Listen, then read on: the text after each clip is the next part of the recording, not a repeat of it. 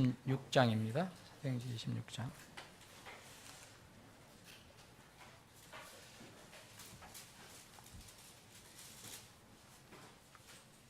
사도행전 26장.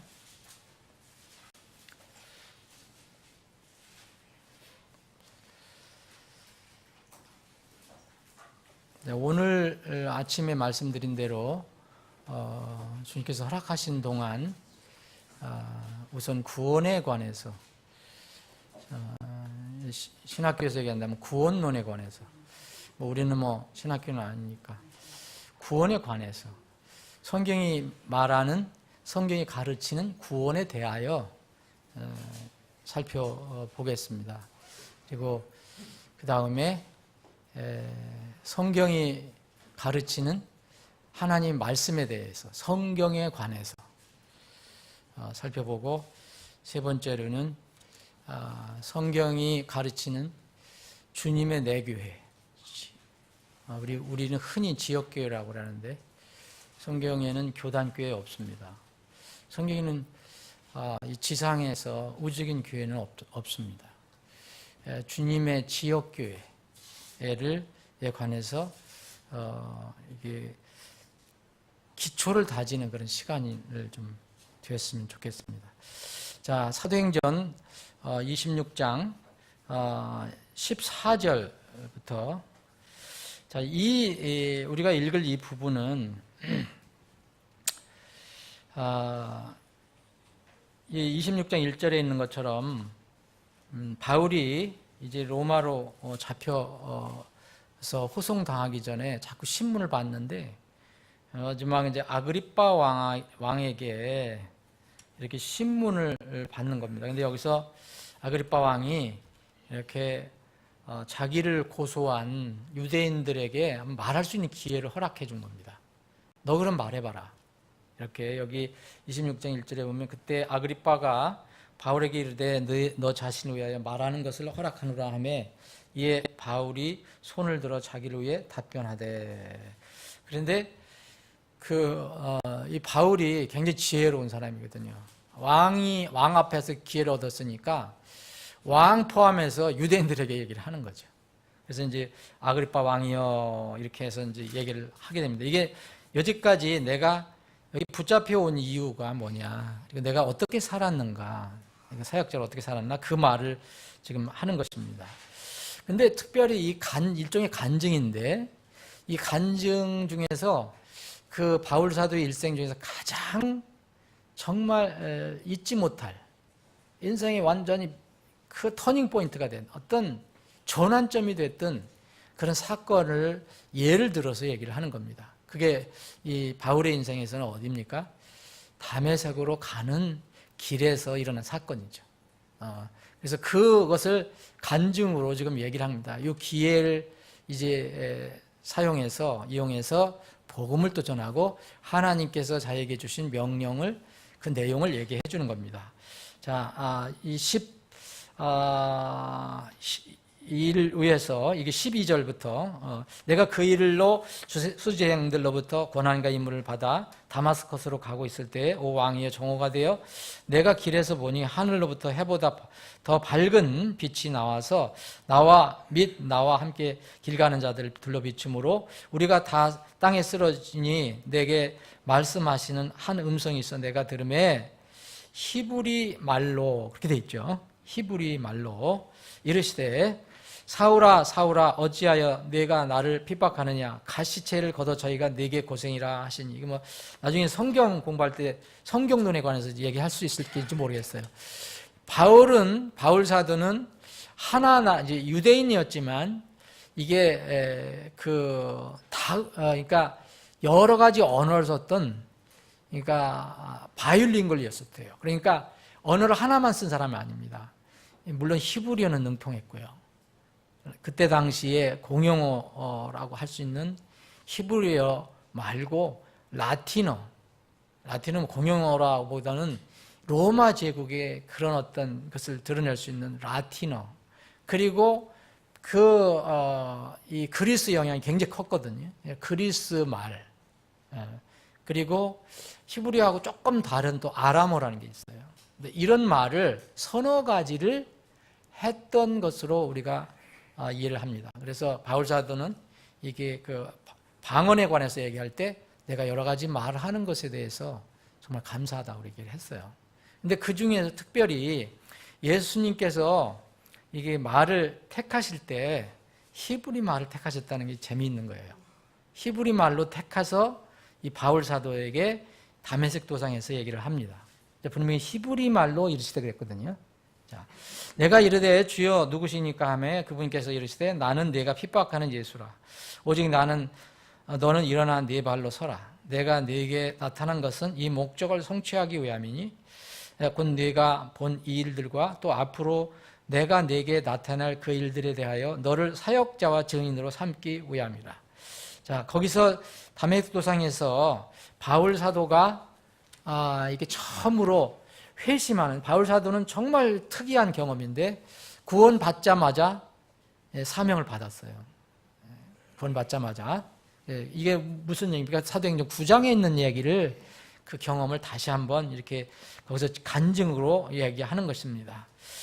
자, 17절, 내가 너를 백성과 이방인들에게 건져내어 이제 그들에게로 보내는 것은, 18절, 그들의 눈을 열어주어 그들을 어둠에서 빛으로 사탄의 권세에서 하나님께로 돌아오게 하려 함이요, 또 그들이 죄들의 용서를 받고 내 안에 있는 믿음으로 거룩히 구별된 자들 가운데서 상속 유업을 받게 하려 함이라 하더이다.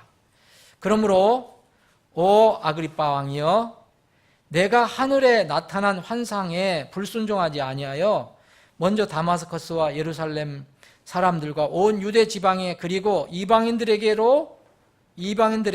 그들이 회개하고 하나님께로 돌아와 회개에 합당한 일들을 행하여야 함을 보이매, 이러한 까닭에 유대인들이 성전에서 나를 붙잡아 죽이려 하였나이다. 아버지 하나님, 오후에도 말씀을 주심을 감사합니다. 저희들이 지금 목표로 공부하고 있는 그 주제가 이번 공부를 통해서 명확하게 우리 마음속에 심겨지고, 또 우리가 복음을 전할 때 잘 사용할 수 있는 전도의 무기가 될 수 있도록 인도해 주시옵소서. 거룩하신 예수님의 이름으로 기도합나이다. 아멘. 자, 아침에 이게 제가 말씀드리지 못한 부분을 오늘 오후에 또 연결해서 말씀을 드리겠습니다. 자, 구원의 필요성이 없으면 절대 구원을 사람 못 받는 겁니다. 그런데 구원의 필요성을 느낀 사람들은 그러면은 내가 어떻게 해야 영원한 생명을 얻을 수 있습니까? 그렇게 하거든요. 또 빌립보 감옥에 간수였던 사람은 어떻게 했어요? 나중에 절박한 상황에 내가 어떻게 해야 구원을 받으리까? 그렇겠죠? 내가 어떻게 해야 구원을 받으리까? 그래서 이 구원의 길이 이제 성경에서 제시가 됩니다. 이것은 한마디로 말하면 회개와 믿음입니다. 회개와 믿음. 근데 이 회개와 믿음에 대해서 잘못 이해를 하면 지금 이 시대에 이게 잘못 또 이야기하는 데가 너무 많고, 또 신학교에서도 잘못 가르치는 데가 있어요. 근데 그들이 그런 어떤 그 본인들의 그 어떤 그 자기 교단이나 어떤 그 배경 있잖아요. 뭐 칼빈주의를 믿는 신학이라면 거기에 그걸 근거로 하니까 그럴 수밖에 없는 거예요. 이해는 하지만, 그래서 이 복음이 이게 변질되고 왜곡될 수가 있습니다. 그래서 흔히 얘기하는 요새 회개하지 않아도 믿음만 있으면 되라고 얘기하는, 이거는 참 성경적이 아니에요. 전혀 성경적이 아닌 것입니다. 자, 회개라는 것은 아침에 잠깐 말씀드렸는지 모르지만 이게 정말 하나님께서 어떤 역사를 하셔서 초자연적인 역사입니다. 우리가 이것을 뭐 느낄 필요는 없는 거죠. 우리가 뭐 그것을 내가 느꼈다 안 느꼈다. 죄 때문에 하나님부터 떠나 있는 죄인이 자신의 비참한 상태를 깨닫고 죄와 불의의 길에서 다시 주님께로 돌아가는 것을 회개라고 합니다. 그래서 오늘 사도행전 26장에 지금 바울 사도가 이 아글바 왕과 유대인들 앞에서 이 간증 내지는 설교하는 내용은 한마디로 얘기하면 그것을 얘기하는 겁니다. 지금 18절, 20절이 바로 그겁니다. 18절에서도 어둠에서 빛으로 돌아오는 거예요. 어둠으로 계속 가다가 이건 어둠이야. 난 여기가 망해. 그래서 다시 돌아서서 빛으로 돌아오는 거. 이걸 이제 회개라고 하거든요. 또 사탄의 권세에서 눌러 살다가 어느 날 어떤 그 깨달음이 있고 복음이 듣고 하나님께로 돌아오게 하는 것. 이것도 회개고요. 20절에 보면 아주 이것은 그냥 문자적으로 이렇게 얘기를 합니다. 회개하고 하나님께 돌아오라는 거. 그래서 회개는 우리 그 말로는 개라는 것은 고친다는 그런 말을 고칠 개를 쓰는 거거든요. 고친다, 개정할 때. 그러니까 분명히 회개한다면 뭔가를 고치는 거예요. 돌아선다 그러면 가던 길을 고쳐서 다시 돌아오는 거예요. 근데 여러분 회심에서 우리에게 어떤 사람이 회심했다. 근데 지금 한자 얘기인데 회심했다 그럴 때는 한문이 두 가지가 있어요. 그게 돌아올 회자, 돌 회자의 회심은 성경에서 맞는데 그 후회할 회심이 있어요. 후회할 회심. 여러분들 그 불교에서 하는 그 회심곡, 막 회심곡이 이걸 거예요. 회심곡. 이게 어렸을 때 뜻도 모르고 그 너무 구수하니까 회심곡 들어주면 좋다 그랬었는데 이게 이제 진리를 알게 되니까 회심이라는 거, 후할 해자에다가 마음심 붙은 거, 이거는 성경적이 아닙니다. 자, 후회하고 회개하고는 좀 다르다는 거. 자, 이게 회개라는 것은 다시 말씀드리면 하나님과 죄에 대해서 내가 마음을 바꾸는 거예요. 하나님에 대한 생각을 바꾸는 거예요. 전에는 하나님 무시했거나 믿지 않거나 그런 마음을 바꾸는 거예요. 그리고 죄에 대해서도 마음을 바꾸는 거예요. 죄를 가볍게 봤거나 무시했거나 그건 뭐 무슨 문제가 있어 했다가 이거 큰일 났구나. 이거 무서운 거라구나 해서 그런 태도를 마음을 바꾸는 거. 그렇다면 마음을 바꾸면 어떻게 되냐? 몸으로는 방향이 바뀌게 돼요. 그래서 이걸 방향으로 얘기하면 180도가 돌아가는 겁니다. 이렇게 가다가 다시 완전히 180도. 근데 어떤 사람들이 돌아간다고 이렇게 했다가 다시 가는 사람입니다. 360도는 아무 소용없어요. 성경에 360도가 나와요. 우리가 표현을 그렇게 했지만 성경에는 360도가 나온다니까요. 여러분 돌아섰는데 다시 제 길로 가는 거. 개가 토한 것으로 다시 돌아가는 거. 돼지가 더러운 대로 다로 돌아가는 거. 이건 360도예요. 그래서 이 회개는 절대로 180도예요. 방향이 바뀌는. 옛날에 세상을 따라갔는데 이제는 이 복음을 알고 어디를 향합니까? 바뀌어요. 이제 천성을 향해서 가는 거예요. 그리고 오늘 찬송하는 건 다 그거예요. 네? 지금 701장 부른 것도 내가 이 세상에서 나그네로 살게 해달라고 한 거 아니에요. 나그네를, 원 제목은 나를 나그네로 만들어 주십시오 그랬어요. 이 땅에서 나그네예요. 나 이 땅에서 정말로 뭐 영원히 아니면 일정 기간이라도 정말 재미있게 잘 살고 이것이 내가 최종 어떤 사는 곳이야라고 생각해서 사는지 모르는데 하나님의 말씀 듣고 복음 들으니까 아니에요.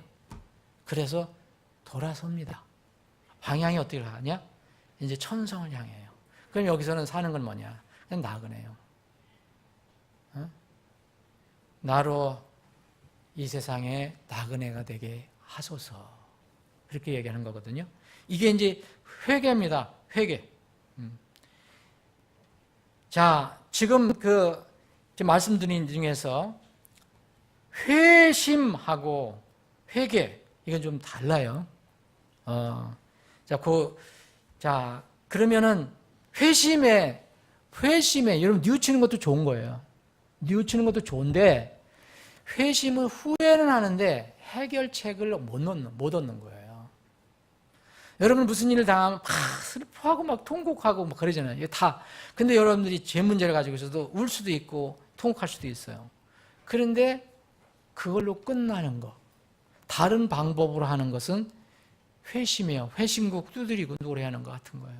처절하게 슬프게 얘기하는 거죠. 근데 여러분, 진정한 회심, 돌회자, 그리고 회개는요, 나중에는 기쁨이 있어요. 기쁨이. 그래서 오늘 같은 찬양을 우리가 부를 수가 있는 것입니다. 마음의 변화가, 그 예 중에 하나가 마태복음 21장을 보시면, 마태복음 21장,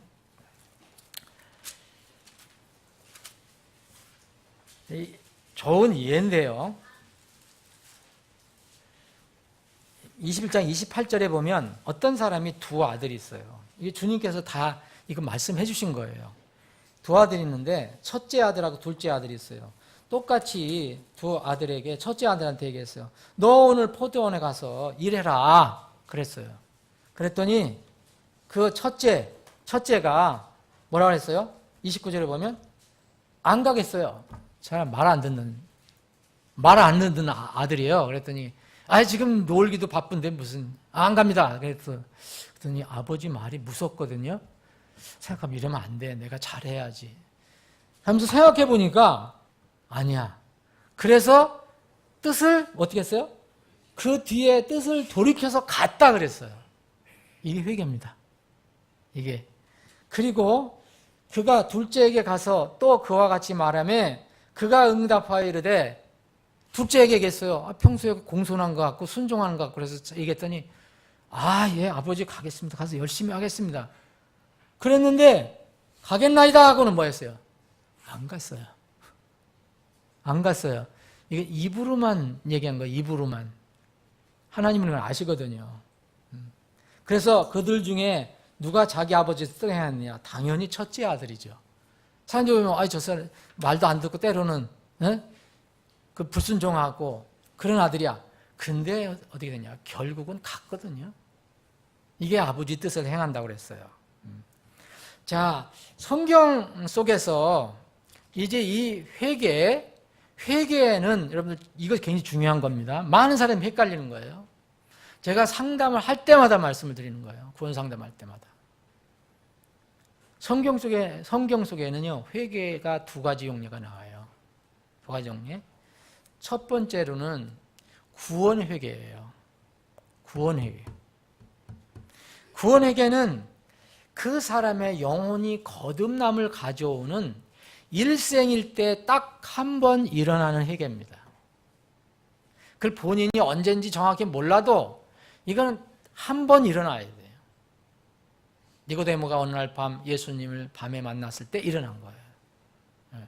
이거는 그 사람의 영혼이 완전히 다시 변화되고 새롭게 태어나는 새로운 사람이 되는 것, 하늘의 이름이 기록되는 것, 거듭남이 일어나는 이것을 우리는 성경에서 구원의 회개라고 합니다. 그러면 이 구원의 회개는 뭐냐면 구원받은 사람이 회개하는 건 이건 아니에요. 구원받은 사람이 불신자가 회개할 때 일어나는 거예요. 불신자의 상태였을 때.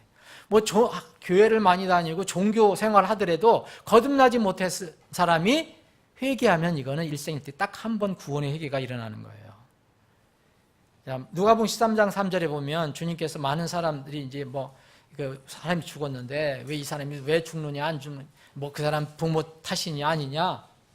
근데 주님께서 했어요. 너희가 회개하지 않으면 다 그와 같이 멸망하리라. 회개하지 않으면 다 죽습니다. 그래서 회개를 해야 되는 거예요. 그래서 주님께서 오셨을 때 너희는 회개하라. 하늘의 왕국이 가까이 왔느니라.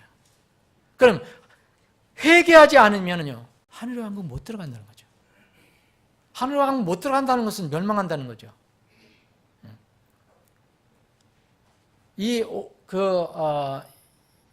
예루살렘 교회에 정말 놀라운 그 성령의 감동으로 놀라운 일이 일어났었거든요. 많은 사람들이 베드로와 사도들이 얘기하는 것을 듣고서 막 괴로워서 우리가 하나님을 너무 대적했구나. 이거 하나님이 보내시는 아들을 저렇게 십자가에 못 박아 죽였구나. 어찌할꼬 막 그랬어요. 어찌할꼬. 그랬을 때 회개하고 믿으라 그랬어요. 돌아서라. 가던 길에서 돌아서라. 그래서 이 바울 사도는 이 베드로 전서에 그 베드로전서 2장 25절에 보면 우리가 이렇게 전에 이렇게 헤매고 있다가 돌아왔다라고 얘기합니다. 이는 너희가 전에는 길 잃은 양 같았으나 지금은 너희의 혼의 목자요 감독이신 분에게 돌아왔음이니라. 이게 회개입니다. 여러 종류가 있어요. 여러 곳에 있어요. 수없이 많아요. 회개에 대한 가르치면 구약에서부터 신약까지 엄청나게 많습니다. 오늘 아침에 공부한 누가복음 19장 삭개오, 그날 회개가 이루어진 거예요. 그날 여러분 그 회개의 어떤 그 모습으로 뭐였습니까? 내가 거짓으로다 잘못 돈을 긁어 모은 거를 갚는다 그랬죠. 네? 그런 어떤 회개의 어떤 열매로 나타납니다. 오순절날 유대인들이 회개를 했습니다. 빌보 감옥의 간수가 사도행전 16장에 보면 회개를 했어요. 구약에도 나옵니다. 여러분 다니엘서 4장에 보면 느부갓네살 왕, 저는 천국에서 만날 수 있는 그런 영혼이라고 생각하거든요. 그 말씀이 그거는 뭐 더 이상 복음에서 더 벗어날 수가 없는 얘기예요. 느부갓네살도 철저히 회개를 하는 내용이 나옵니다. 다니엘서 4장에 보면 돌아서는 거예요. 돌아서는 거. 그런데 근데 이거를 이제 성경에서 또 다른 얘기를 하는 생활 회개를 헷갈리는 경우가 많아요. 이걸 제일 많이 헷갈리는 게 아니라 의도적으로 그렇게 하는지도 몰라요. 이른바 다 그렇지는 않지만 구원파는 생활 회개를 전혀 왜 인정을 못하는지 날 모르겠어요. 생활 회개. 네? 생활 회개는요, 무슨 얘기냐? 돌아섬이라는 것은요, 영혼이 일생일 때 한 번 돌아서는 거고, 주님 향해서. 자, 구원받았어요. 구원받은 순간에 딱 그 순간에 올라가면은 생활 회개가 필요 없어요. 그죠? 근데 여전히 우리에게 사명을 주시고 이 땅에 살게 하셨거든요. 그럼 여기 지금 뭐라 했어요? 우리가 찬양하는 것처럼 먼지 나는 세상이에요. 예. 악의 먼지가 맨날 우리에게 날라옵니다. 피하려고 해도 날라올 때가 있어요. 그래서 우리가 구원받은 사람이 이 땅에서 살아가는데 꼭 필요한 것이 뭐냐면 생활회개예요. 여러분 성경에서 구원회개, 생활회개 이런 얘기는 없어요. 그렇지만 분명히 구원받은 사람들이 하는 회개가 있어요. 그 요한일서를 보세요. 요한일서도 참 중요한 성경 말씀입니다. 여러분 그 요한일서를 이해하면 여러분들이 신앙생활이 좀 이렇게 뭐랄까요? 풍성해져요. 왜 여러분 생활회개를 모르고 구원회개만 아는 사람들은 왜 각박한지, 그리고 공격적이고, 그리고 때로는 위선적이 되어버립니다. 생활회개를 모르면, 생활에서 돌아섬을 모르면 사람들이 위선적이 되어버려요. 그래서 저는 진정한 생활회개를 모른다? 과연 그게 진정한 구원회개인가라고도 어떤 때는 의심이 들 때가 있어요. 자, 요한일서 1장을 여러분들 보시면 여기 사도 요한이 편지를 쓰면서 우리라는 말을 많이 씁니다. 우리. 그리고 이 편지를 받는 너희, 우리도 복수고 너희도 복수예요.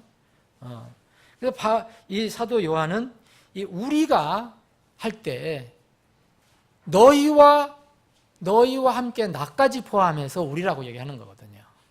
그럼 당연히 너희 구원받은 사람도 얘기한 거고 또 나도 포함이 됐다라고 얘기하는 거예요. 우리라는 것은 여기. 그럼 이 우리라고 할 때 6절 오늘 아침에 우리가 암송 구절인데 만일 우리가 그분과 교제한다고 말하며 어둠 가운데 걸으면 우리가 거짓말하고 진리를 행하지 않느니라. 자, 우리가 하나님을 믿고 하나님과 교제한다고 하면서 여전히 삶 속에서는 어둠 가운데 걸어간다면 그거는 정말 그건 거짓말이다. 그건 진리를 얘기하는 것이 아니다. 그래서 여러분들이 교제를 어떻게 해야 되느냐를 굉장히 중요한 그 힌트를 주거든요. 그래서 여러분 우리가 교제한다 그러잖아요. 여러분 교제한다 그러면서 이번에 주식 많이 올랐대. 그거 사지 그랬어. 그거 5분 이상 넘기면 교제 아니에요, 그거. 혹시 몰라도. 아니야, 거기 어디 땅값 그거 괜찮아. 지금 해야 돼. 그거 5분 이상 넘기면 안 돼요. 이게 전부가 교제라면 여러분 그건 교제라고 얘기하지 마세요. 교제는요 그리스도와 하나님과 함께하는 겁니다. 그리스도인들이 특히 얘기할 때는 자 그러나 그분께서 빛 가운데 계신 것 같이 만일 우리가 빛 가운데 걸으면 우리가 서로 교제하고 또 그분의 아들 예수 그리스도의 피가 모든 죄에서 우리를 깨끗하게 하느니라. 여러분 지금 조금 전에 말씀드리기 전에 3절을 말씀드린 거예요. 우리의 교제는 아버지와 그분의 아들 예수 그리스도와 함께하는 것이다. 그래서 여러분들하고 기도할 때 보면 이 자리에 주님이 함께 하신다. 식사교제도 주님이 지금 주장하신다 라고 기도를 할 때가 있습니다. 교제의 개념을 여러분들이 분명히 생각하셔야 될 거예요. 근데 여기에 7절에서 얘기한 것은 우리가 서로 교제하고 하면 예수 그리스도의 피가 모든 죄에서 우리를 깨끗게 하느니라. 그럼 여기서 우리는 이 사도 요한을 포함한데 사도 요한은 무슨 죄를 졌나요? 모르지만 그 죄도 주님께서 깨끗하게 해준다는 거잖아요. 그래서 2장이 나온 거죠. 그래서 죄를 짓지 아니하면 내가 죄를 짓지 않았다면 10절에 보면 만일 우리가 죄를 짓지 아니하였다고 말하면 우리가 그분을 뭐하는 분이래요? 거짓말하는 분으로. 나는 지독한 구원파 만났는데 똑같더라고요. 이게 성경에서 경고 준 게 죄를 인정하지 않아요. 자기는 죄를 안 짓는다는 거예요. 그게 뭐에 아주 세뇌가 됐느냐면 죄를 다 용서받았는데 왜 또 죄가 있느냐 이런 얘기예요. 이거 잘 생각하셔야 돼요. 여러분. 근데 그 사람들 결국 뭐냐? 하나님을 거짓말쟁이로 만드는 거예요. 이거 여러분 이 요한일서는요. 사도 요한까지 포함해서 얘기한 거기 때문에 이거는 단순한 세상의 불신자를 향해서 얘기한 게 아니에요. 그래서 2장이 나온 거거든요. 9절도 나온 거고 우리가 죄들을 자백하면 그분께서 신실하시고 의로우사 우리의 죄들을 용서하시며 모든 불의에서 우리를 어떻게 깨끗하게 하시는 거예요. 우리가 여기 뭐예요? 처음부터 우리는 하나님의 자녀된 사람들을 얘기한 거예요. 하나님의 자녀, 구원받지 못한 사람을 얘기한 게 아닙니다. 하나님 자녀 이 세상에서 죄를 질 수 있어요, 없어요? 구원파는 안 짓는다 그래요. 하나님의 자녀 죄를 질 수 있습니다. 죄를 일부러 지려고 해서는 안 되고 내가 짓는 게 아니라고 그렇게 해서는 안 되지만 우리는 어쩔 수 없이 나도 모르게 죄를 질 수도 있어요. 죄와 싸워서 이기지만 그래서 하나님께서 이런 것을 또 주신 거예요. 그래서 나의 어린 자녀들아 2장 1절 내가 이것들을 너희에게 쓰는 것은 왜 성경을 써줬어요? 이거 여기서 요한서 아니면 성경 전체 이거를 왜 너희에게 쓰는 것은 너희가 죄를 짓지 아니하게 하려 함이라. 누가 죄를 지어도 그런데 혹시 우리가 죄를 지어도 우리에게 아버지와 함께 계신 뭐가 있다 그랬어요? 변호자가 계시니 곧 의로우신 분 예수 그리스도시라. 그분은 우리의 죄들로 인한 화해 헌물이시니 이미 십자가에서 못 박혀 죽으셨어요. 우리의 죄들뿐 아니요 온 세상의 죄들로 인한 화해 헌물이시라. 여전히 지금 구원 못 받은 사람들은 그분을 믿으면 구원을 받고 죄 문제를 해결받아요. 구원 받은 사람도 하나님 자녀도 여전히 그분이 변호자라는 것을 우리의 변호자라는 것을 믿고 그분께 모든 것을 토설하면 자백을 하면 구원받은 사람이 하나님의 자녀가 가지고 있는 죄를 어떻게 하신다 그랬어요? 깨끗하게 해주신다 그랬잖아요. 이게 생활회개입니다. 이것은 왜 필요하냐? 여러분 구원받은 사람이 혹시 죄를 지면은 구원을 잃어버리나요? 구원을 잃어버린다는 그 신학이 있어요. 지금 그런 교회, 그런 그 신학에 의해서 세워진 교회들이 많습니다. 그 파가 있어요, 교단이. 거기는 그래서 구원을 잃어버리고 또 받아야 된다. 구원을 잃어 또 받아야 된다 그러잖아요. 그것은 아닙니다. 한 번 구원 회개를 정확하게 경험한 사람은 하나님의 자녀로 하늘의 이름이 기록돼요. 그거 안 지워져요. 그런데 왜 이게 필요합니까, 여러분? 이 땅에 사는 동안 하나님의 자녀로서 죄와 더불어 살면 하나님하고 교제가 돼야 안 돼요? 안 됩니다. 여러분 죄 짓고 하나님께 기도할 수 있어요? 그건 먼저 해결해야 되잖아요. 그게 굉장히 뻣뻣한 거죠. 뻔뻔한 거죠, 그게. 이집트의 바로 정도나 돼야지 될까? 그렇지 않으면 여러분들 어려워요. 여러분들 정말 죄 지고 의식적으로 죄를 짓고 이 죄다. 부끄럽다. 그런데 하나님께 토설도 안 해놓고 하나님 저 이거 좀 들어주세요. 왜 안 들어주세요? 이렇게 기도할 수 있어요? 불가능합니다. 왜 생활회개가 필요하냐면 하나님과 아들인 내가 교제하는 데 필요합니다. 기도하는 데도 필요하고요. 절대로 필요합니다. 그래서요, 이 생활회개는 뭐냐? 특성이 반복적이에요. 반복적. 일부러 그렇게 해서는 안 되지만 이게 뭐냐면 반복적이라는 또 소망이 있다는 거예요. 씻어주신다 그랬잖아요.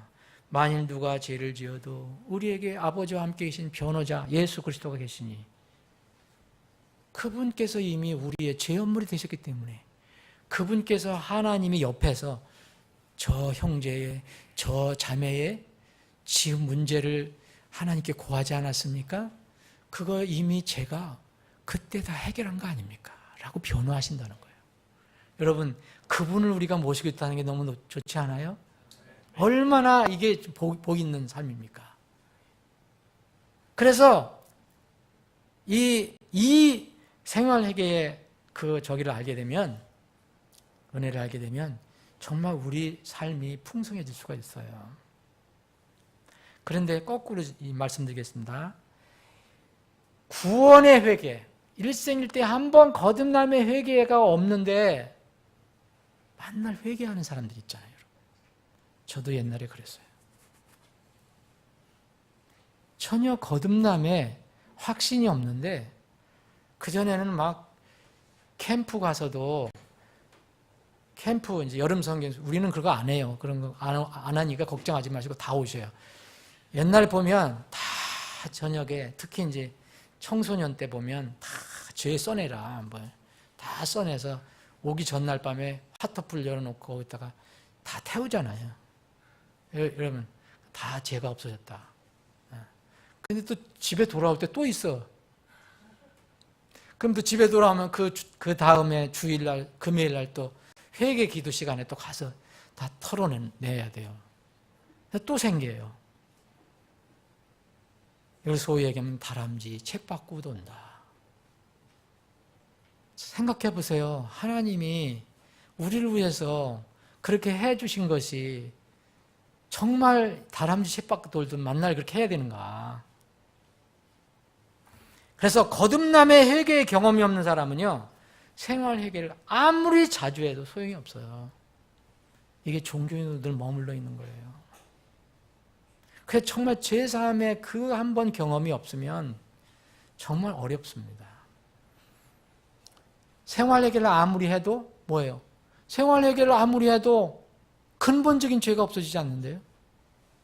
근원적인 죄가 없어지지 않아요. 그래서 여러분들이 구원받을 때, 여러분 다 구원받았잖아요. 구원받을 때 이렇게 예수님이 내 모든 죄를 다 한꺼번에 다 깨끗이 제거해 주셨다고 믿는 것입니다.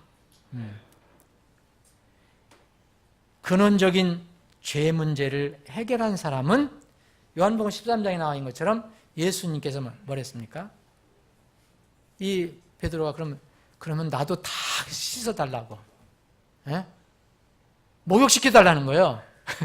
목욕 필요 있어요? 없어요? 우리는 맨날 목욕을 해야 돼요. 그런데 영적으로는 목욕이 필요 없어요.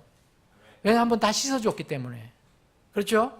그렇다고 해서 오늘서부터 또 가서 씻지 않고 주무시지 말고 다 깨끗이 씻으세요. 근데 영적으로는 한 번 다 하나님께서 씻어주시면 깨끗한 거예요.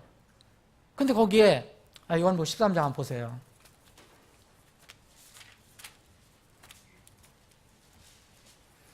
요한복음 13장, 이게 예수님께서 제자들 그냥 수건을 여기 동여 매시고 무릎 꿇고 예수 제자들의 발 밑에서 냄새나는 발을 씻겨주시니까 베드로는 얼마나 의로운 사람이에요. 정말 굉장히 정말 베드로한테 우리가 본받을 거 참 많아요. 시몬 베드로가 뭐냐면 절대 주님 제 발 씻으면 안 됩니다. 어떻게 귀하신 분이 제 발을 씻으세요? 그랬거든요. 6절에 보니까 그럼 예수님께서 뭐냐면 너 지금 몰라. 조금 더 알 거야. 나중에 알 거야. 베드로가 절대 제 발 못 씻습니다. 얼마나 예수님을 사랑하는 마음이에요. 그런데 예수님께서 하신 말씀 보면 8절 보면 내가 너를 씻어주지 않으면 네가 나와 아무 상관이 없어. 너는 나하고 제자관계도 아니야. 너는 남남이야 나하고. 아유 그랬더니 이게 불이 떨어졌어요. 시몬 베드로 그분께 이르되 주여 내 발뿐 아니라 손 머리 다 씻어주소서요. 이렇게 됐잖아요. 그 다음에 예수님 말씀을 했어요. 예수님께 그 얘기를 했을 때 이미 씻은 자는 그 다음 뭐라고 했죠? 모든 것이 깨끗함으로. 여러분 어떻게 우리가 한 번 목욕하고 나서 맨날 깨끗해요? 저는 요새 땀이 나니까 아침 저녁으로 샤워를 해야 되던데 근데 뭐 깨끗하다는 거예요. 이게 뭐예요? 영적으로 그렇다는 거죠. 하나님께서 한 번을 깨끗하게 씻어주셨어요. 그런데 발밖에 씻을 필요가 없느니라. 이건 뭐예요? 발이 더럽다는 게 아니에요. 발까지 포함해서 아니 뭐 구원받으면 발을 잘라놓거나 다 가는데 발은 왜 그래요? 왜 그런 거예요? 이 땅에 먼지난 땅을 딛고 살잖아요. 그래서 발 상징적으로 얘기하시는 거예요. 사실 손도 씻어야 돼요. 발은 그래서 이스라엘 사람들이 만나면요, 손님 오면 반드시 먼저 물을 떠줬어요. 손님 오면 이게 이게 슬리퍼 신고 다니잖아요. 슬리퍼가 아닌 이상한 그 신 신잖아요. 그럼 먼지를 묻어요. 그러니까 손님이 오면 제일 귀한 손님이 오면 제일 먼저 대에다가 깨끗한 물을 떠다 주는 거예요. 그러면 발을 씻는 거예요. 발. 이건 매일 할 수 있는 거다 이거예요. 그런데 너희가 깨끗하나 다는 아니라 그랬어요. 여러분 이런 말씀이 여러분 다인데 다는 아니다. 깨끗하다 그랬어요. 12제자 중에서 11제자는 다 구원받았다. 깨끗하다 이거예요. 한 사람은 아니다 그랬어요. 한 사람 누구죠? 가룟 유다입니다. 이게 영적이라는 걸 아시죠, 여러분? 영적이라는 거. 예수님이 가르쳐 주신 게 그겁니다. 가룟 유다는요, 계속 발을 씻어도 온몸이 깨끗지 않아요. 거듭난 적이 없어요. 예수님은 진정으로 마음으로 받은 적이 없어요.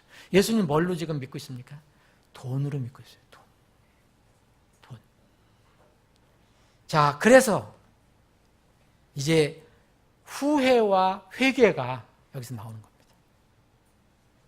11제자 중에서 12제자 중에서 11제자는 거기서 별별 제자 다 있었어요. 여러분들이 제자들끼리 싸운 거 여러분들 아시죠? 내가 더 높아야 되는데 왜 제가 더 높아야 됩니까? 아니면 어머니까지 동원한 사람도 있어요. 제가 누군가 얘기 안 했겠어요. 하여튼 어머니까지 동원해갖고서 우리 중에서 내가 주님 앞에서 높아져야 돼 얘기했잖아요. 그런 사람들이에요. 그런데도 예수님 뭐라 했어요? 너희들 다 깨끗해. 너희들 다 깨끗해. 그런데 한 사람은 아니다 그랬어요. 어떤 면으로 보면요, 12제자 중에서 가룟 유다는요, 더 행동이 세상 사람이 볼 때는 더 순종적이고 더 선하다고 생각할 수 있을 정도로 행동을 했을지도 몰라요. 가룟 유다가 말썽을 피운 건 안 나와요. 마지막에만 나오지. 베드로 얼마나 말썽 피웠어요, 여러분. 야고보와 요한은 말씀 얘기를 해버렸네. 어머니까지 동원해 버렸어요. 어머니까지 동원해서 자기 위치를 높이려고 했어요. 그런데 가룟 유다는 조용하게 나와요. 어떤 면을 보면은 가룟 유다는 괜찮은 사람이었는데 하나님이신 예수님은 정확하시잖아요. 한 사람은 깨끗하지 않아. 거듭난 적이 없어. 이렇게 얘기하시는 거예요. 만날 발을 씻은 분 소용이 있느냐. 여러분, 맨날 그러네. 이런 게 교회에서 많이 나는 거예요. 여러분, 기독교를 종교로 믿는 사람들 보면 참 이런 사람들 많이 만납니다. 안타까워요. 그래도 무슨 말인지 못 알아듣고 듣지도 않으려고 그래요.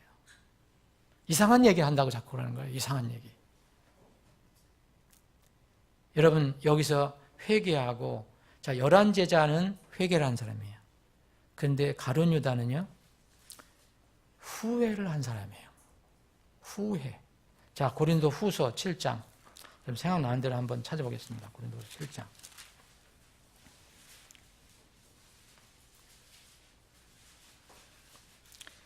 고린도서 7장 9절. 이제 내가 기뻐함은 너희가 근심하였기 때문이 아니요 오히려 너희가 근심함으로 회개에 이르렀기 때문이라. 자, 근심하고 회개는 관련이 있지만 똑같은 건 아니에요. 근심이 필요한데 이게 회개까지 이르러야 돼요. 너희가 하나님께 속한 방법대로 근심하게 된 것은, 자, 여기 하나님께 속한 방법, 영어로는 godly manner라고 그랬어요. 경건한 방법, 세상 방법이 아니라 하나님께 속한 방법대로 근심하게 된 것은 어떤 일에서도 너희가 우리로 인하여 상처를 받지 아니하게 하려 함이니, 자, 10절, 하나님의 뜻대로 하는 근심은 회개를 이루어 다시 돌이킬 수 없는 뭐에 이른다 그랬어요? 구원에 이르게 한다. 자, 어떤 사람이 근심할 수 있어요. 자기 죄 때문에 근심을 합니다. 그러면은 마음이 슬퍼져요. 그럼 회개에 이르게 돼요. 돌아서는 문제가 생겨요. 그러면 나중에 이게 결국 어떻게 되냐? 다시는 돌이킬 수 없는 구원에 들어가게 되는 거죠. 구원 바꿀 수 없어요. 구원 되물릴 수 없다는 거예요. 다시 돌이킬 수 없는 구원에 들어갈 수 있는 거예요. 하거니와, 그 다음에 세상의 근심은 뭡니까? 사망을 이룹니다. 자, 보세요. 여러분 정말로 이것을 잘 기억을 하셔야 돼요. 맨날 복음 얘기하고 믿음 얘기하지만 왜 가룟 유다는 구원을 못 받았습니까? 가룟 유다 굉장히 슬퍼했습니다. 근심했습니다. 자기가 예수님을 은 30냥으로 눈멀어서 팔았다는 것을 나중에 깨닫고 어떻게 했어요? 제사장들 앞에 가서 그 받은 돈을 가지고 와서 다 집어던졌어요. 여러분 굉장히 슬퍼하고 정말 근심하고 괴로워한 거예요. 은 30냥 받았으니까 내가 잘 먹고 잘 살아요. 이런 사람이 아니었어요. 그런데 이 가룟 유다는 그것을 가져가서 집어 던지고 맙니다. 여러분 이것까지 생각하면은 가룟 유다가 나쁜 사람이라고 볼 수 없잖아요. 어떤 면에는 회개한 것 같아요. 그런데 성경적인 회개는 아닙니다. 자, 가룟 유다가 여기에 보면은 유다가 그분들을 얼마나 답답했겠어요. 이제 자기가 팔아버렸잖아요. 돈 30냥을 받고. 그래서 예수님이 자기 스승은 붙잡혀갖고 본디오 빌라도에게 넘어가 버렸어요. 결박해갖고. 이 유다가 자기가 배반했다고 그랬어요.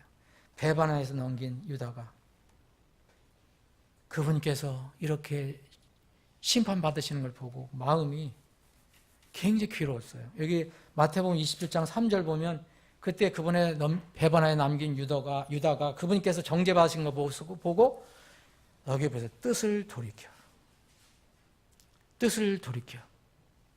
여러분 똑같은 리펜트를 써요. 영어로는. 우리 흠정역은 이렇게 뜻을 돌이켜를 썼어요. 리펜트, 성경적인 회개도 리펜트예요. 이것도 리펜트예요.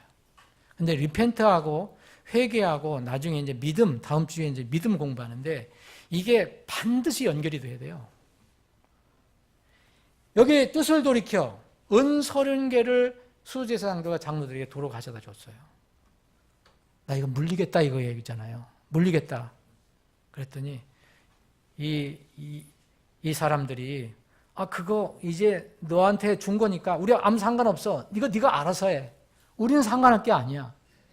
이 말에 그냥 이 가룟 유다는 완전히 정신을 잃어버린 거죠. 쓰러지지는 않았지만. 이거 어떻게 돌이킬 수 없구나.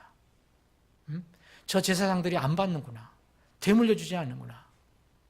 그랬더니 유다가 그 은들을 집어던지고 성전에 집어던지고 거길 떠나갑니다. 떠나가서 한 일이 뭐예요, 여러분? 네? 자살했잖아요. 목을 맸다 그랬어요. 떠나가서 스스로 목을 매니라 그랬어요. 이 가룟 유다는 후회는 엄청나게 했습니다. 후회를 엄청나게 했어요. 그런데 회개는 하지 못한 겁니다. 회개는 반드시 믿음과 연결이 돼요. 믿음의 대상은 반드시 하나님과 예수 그리스도예요. 그런데 가룟 유다는 이 회개의 문제를 철저히 회개해서 그 근원 해결책을 그런 상태라도 주님께 돌아갔으면 됐죠. 그죠? 주님, 제가 정말 죽을 죄를 졌습니다. 주님 저를 죽여주시옵소서. 이럴 정도로 가면 주님께서 용서해 주잖아요. 주님이 그보다 더한 사람들도 다 용서해 줬는데. 그런데 이 가룟 유다는 거듭나지 않았기 때문에 거듭나지 않은 기회를 거듭날 기회를 또 놓쳐버리고 거듭나지 않았기 때문에 거듭나지 않은 사람의 방법으로 인생을 마감합니다. 그게 뭐예요? 목숨을 스스로 빼앗는 거죠. 이건 하나님의 생명인데 자기 것인 줄 알고서 자기가 마음대로 한 거죠. 목욕을 못했어요. 하나님 말씀으로. 맨날 예수님과 함께 다니면서 발만 닦은 거죠. 결정적일 때 이걸 못했습니다. 그래서 이것은 절대 성경적인 회개가 아닙니다. 어떤 사람들이 얘기하면 이걸 뭐 회개로 생각하는데 절대 회개가 아니에요. 회개는 돌아서는 거지만 그 돌아서는데 누굴 향해 돌아서야 되냐? 하나님과 그리스도를 향해 돌아서야 되는 거죠. 이게 성경적인 회개가 아니라는 것을 말합니다. 그래서 인간적으로 단순하게 무엇을 개선하는 거 있잖아요. 16세기에 종교 개혁한 거요. 이거는 거듭남하고 상관이 없어요. 어떤 특정한 사람에 대해서 얘기한 게 아니라 여러분 종교를 개혁하면 안 돼요. 종교를 개혁하면 안 되고 선택하는 거예요. 이것을 버리고 이것을 택할 것이냐. 내가 다시 태어날 것이냐.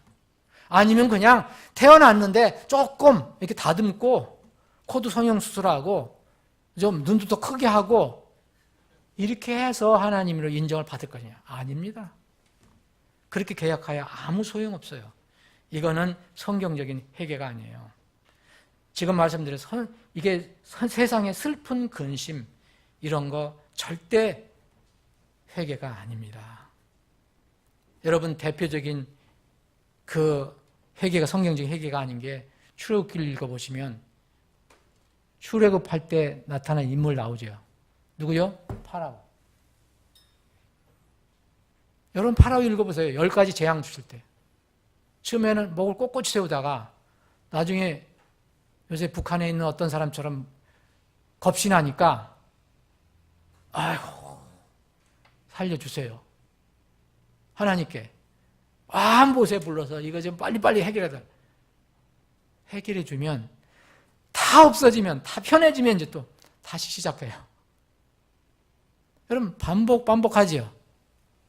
그래서 나중에 결국 회개할 기회를 놓쳐버리고 물속에 빠져 죽습니다. 이게 여러분 이 가룟 유다와 함께 구약에는 이제 파라오 정말 회개한다고 나오거든요. 자기가 회개한다. 정말 내가 잘못했다. 내가 하나님께 죄를 졌다. 막 얘기를 해요. 그런데 다시 다 돌아가요. 이 사람은 180도로 한 게 아니에요. 360도 뱅뱅 돌아요. 만날. 말씀을 이제 마무리하겠습니다. 자, 성경적인 회개가 아닌 것들이 지금 주위에 많아요. 정말 우리가 이것을 잘 분별을 해야 돼요. 성경적 회개는 그냥 단순합니다. 돌아서서 다시 그것으로 끝까지 가지를 않아요. 무너지고 때로는 주저앉고 옆으로 새기도 하고 하지만 다시 돌아가지 않아요. 거기로. 베드로 후서만 한번 읽어보고. 베드로 후서 2장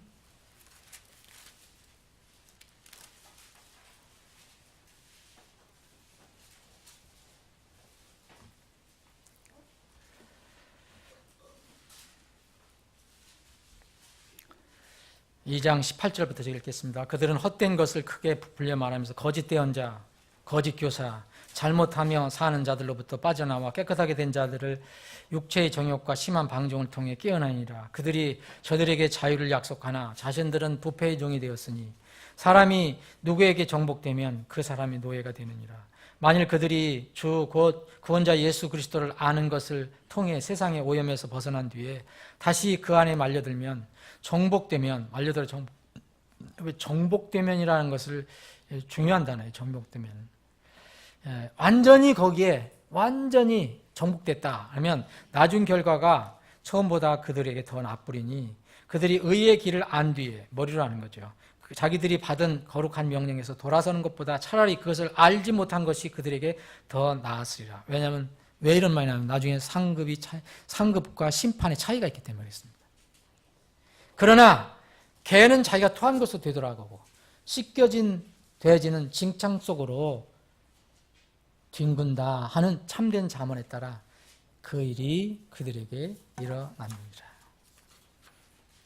우리가 이 세상 사람들의 그 영적인 그 신분을 정확하게 100% 판단할 수 없지만 분명히 성경은요, 한 번 180도 돌고서 다시 돌아가는 게 아니다라고 얘기합니다.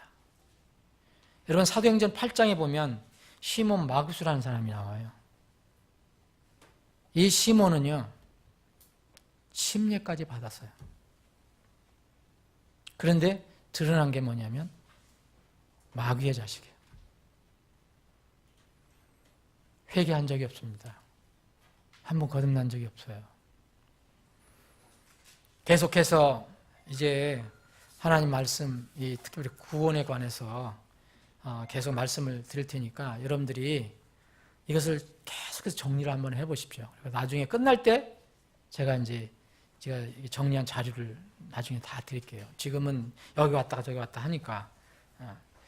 자, 오늘 오후에는 우리가 만찬 전에 이 구원에서 특별히 이제 회개 부분에 관해서 살펴봤습니다. 이제 다음에는 구원과 믿음의 관련을 좀 살펴보겠습니다.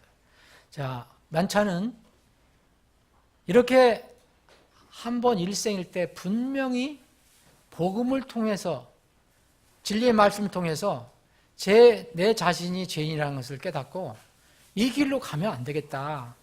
그래서 완전히 턴해서 돌아온 사람들이 참여하는 겁니다. 이건 종교적인 의식이 아니에요.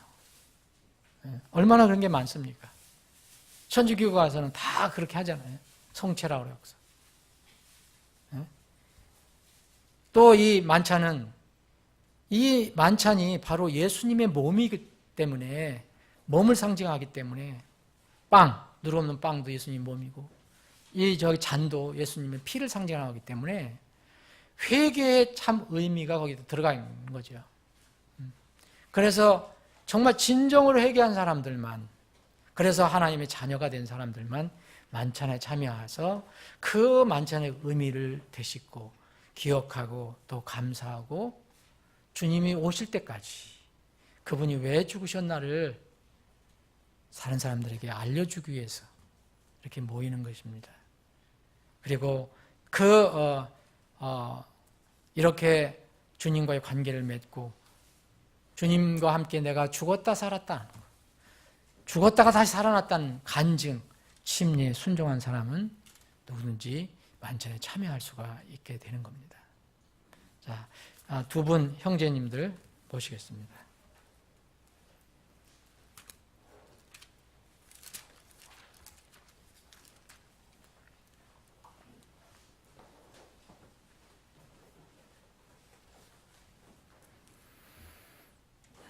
여러분, 교회의 주님의 만찬에서 우리가 양고기를 먹지 않아요. 우리나라의 어떤 이단은 유월절을 지킨다고 해서 양고기를 먹더라고요. 뭐 자유지요. 그 먹는 거 뭐 자유입니다. 그런데 여러분, 우리 만찬에서 이스라엘 백성이 양고기를 먹었거든요. 양고기를 먹지 않습니다. 이유는요, 6월절에는 분명히 어린 양이 있었고요. 이스라엘 백성이 어린 양 고기가 있었어요. 피를 뿌리는 게 있었어요. 근데 우리는, 교회는 양고기를 먹지 않습니다. 왜냐하면 그분이 우리와 함께 임재하고 계심을 믿기 때문에 그렇습니다. 하나님의 어린 양이신 그분이 우리와 함께 하기 때문에 그분의 몸과 잔이 상징하는 것을 기억하면서 주님이 여기서 함께 하신다는 것을 우리는 믿고 있는 것입니다. 이스라엘 백성은 누룩 없는 빵도 먹고 쓴 채소도 먹고 그랬지만 그리스도는 우리와 지금 함께 계시고 또 이 만찬을 제정하신 분도 그리스도를 통해서 하나님께서 하신 겁니다. 그래서 만찬은 서로 보이지 않지만 그리스도 안에서 서로 축복하는 거고 주님의 다시 오심을 사모하는 그런 만찬이 되는 것입니다. 이런 의미를 생기시면서 기쁘게 만찬에 참여하시면 좋겠습니다. 먼저 우리를 위해서 아낌없이 이렇게 바쳐주신 그 하나님의 고귀한 몸을 상징하는 누룩 없는 빵을 먼저 분배해 드리겠습니다.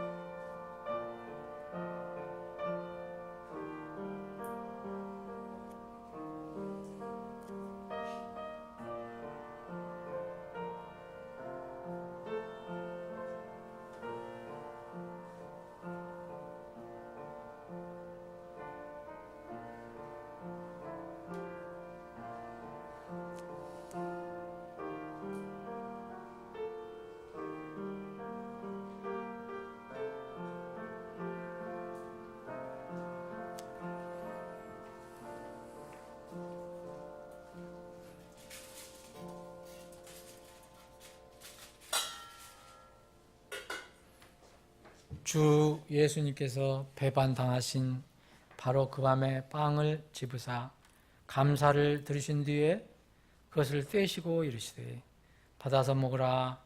이것은 너희를 위하여 찢긴 내 몸이니 나를 기억하여 이것을 행하라. 함께 나누시겠습니다.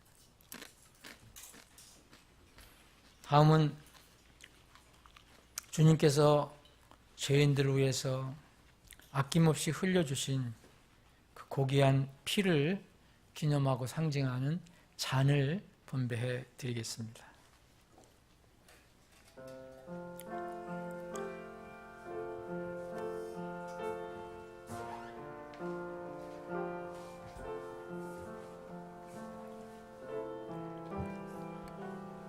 우리는 주님의 만찬에 참여할 때 만찬 속에 담겨 있는 세 가지 진리에 대한 것을 잊지 말아야 합니다. 주님의 만찬이기 때문에, 어린 양이기 때문에 그리스도에 관한 것, 하나님께서 보내주신 그리스도론에 관해서는 여러분들이 진리를 분명히 붙들고 있어야 합니다. 주님께서 나를 기억하라 그렇게 말씀하셨습니다. 또 주님께서 이것은 너희로 위하여 찢긴 내 몸이다 그랬어요. 찢겨졌다는 것은 주님의 그 고귀한 몸에서 피가 흘렀습니다. 피는 죄의 문제와 관련이 있습니다. 그래서 우리가 주님 만찬에 참여할 때는 구원에 관해서 살펴봐야 됩니다. 구원에 관해서. 그리고 이 만찬은 이 땅에서만 지속됩니다. 하늘에서는 한 번 만나서 잔치를 할지 모르지만은 하늘에서는 우리와 같은 그런 주님의 만찬을 하지 않습니다. 주님께서 이 빵을 마시며 이 잔을 마실 때마다 주의 죽으심을 그분께서 오실 때까지 너희들이 보이느니라 그랬습니다. 오실 때까지. 이게 우리가 지금 가지고 있는 성경의 종말론입니다. 주님이 오실 때에 이것이 세상의 종말입니다. 주님의 재림의 날을 그래서 우리가 소망하는 것입니다. 저녁 식사 뒤에 또 그와 같은 방법으로 잔을 집으시고 이르시되 이 잔은 내 피로 세우는 새 상속 언약이니 너희가 그것을 마실 때마다 나를 기억하여 이것을 행하라 하셨느니라. 너희가 이 빵을 먹으며 이 잔을 마실 때마다 주의 죽으심을 그분께서 오실 때까지 보이느니라. 함께 나누시겠습니다.